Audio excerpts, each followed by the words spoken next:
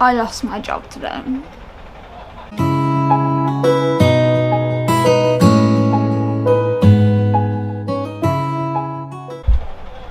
Now, it's not because of what you think, it's not because of YouTube.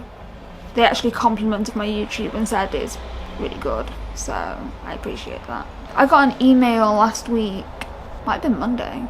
I got an email anyway, so asking me to go into the office of where I worked. So I did. And what they brought up is the fact that I didn't disclose my POTS to them. And the reason they brought that up was because I'm not medicated for POTS. I don't know if you can be medicated for POTS. I don't know too much about POTS. I've never really researched it. I just know I have it. Fucking tilt table test.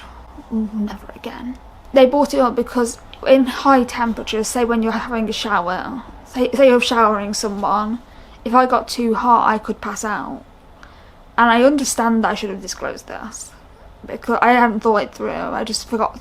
I didn't really think about it. Kind of just slipped my mind when I was filling out the paperwork. But they brought that up because I could pass out when a client's in the bath or in the shower, and then, you know, it's bad for both of us, which is fair enough. But they didn't fire me. They didn't fire me. They just said it's not safe for you to be employed by us. The next thing they brought up surrounding YouTube was that in a recent haul video that I did, like the Shein try-on haul, where for Australia, this video, that I mentioned in the video that I had fresh self-harm marks on my leg, so I couldn't show you the dresses. And it was like, that was posted 12 days ago.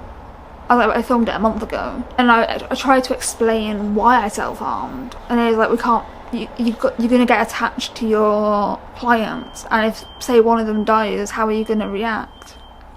Which is a fair comment, really, you know.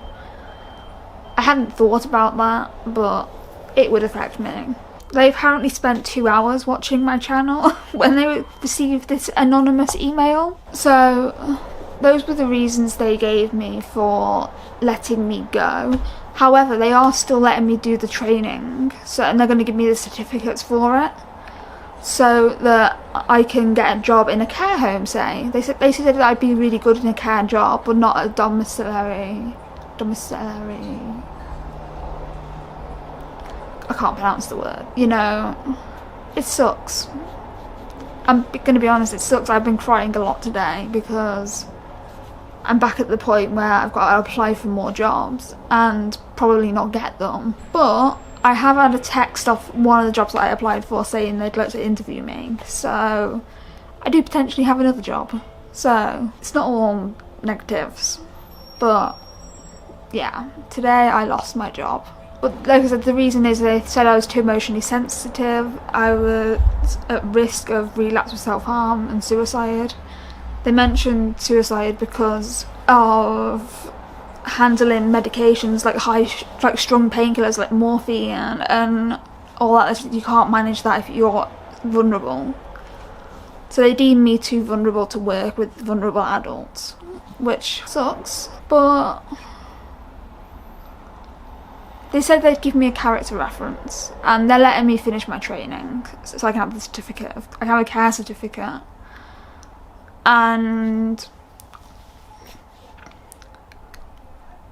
I will get my DBS check.